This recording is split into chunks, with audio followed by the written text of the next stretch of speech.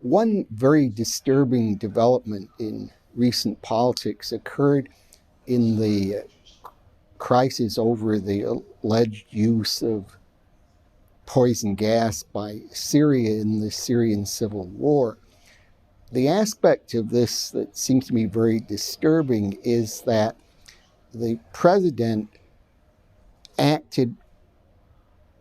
took the position that because use of such gas, if in fact it occurred, was a violation of international law, that it was up to the United States to impose sanctions on the Syrian government for this violation of international law.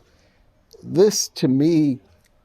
is an example of a trend that we find throughout the 20th century, the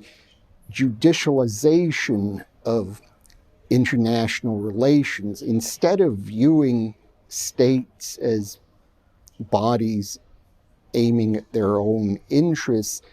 the notion has come about that the nation is really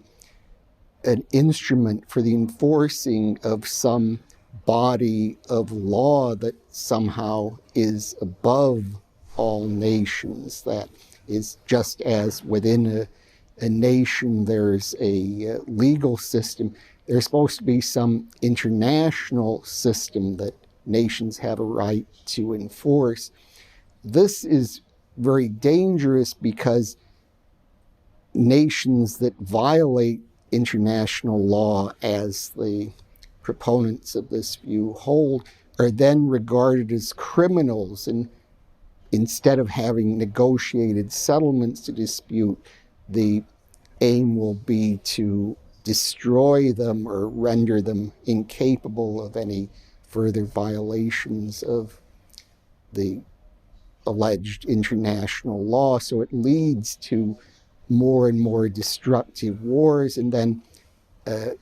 nations accused of such violations will fight to the bitter end rather than try to engage in negotiations, because they know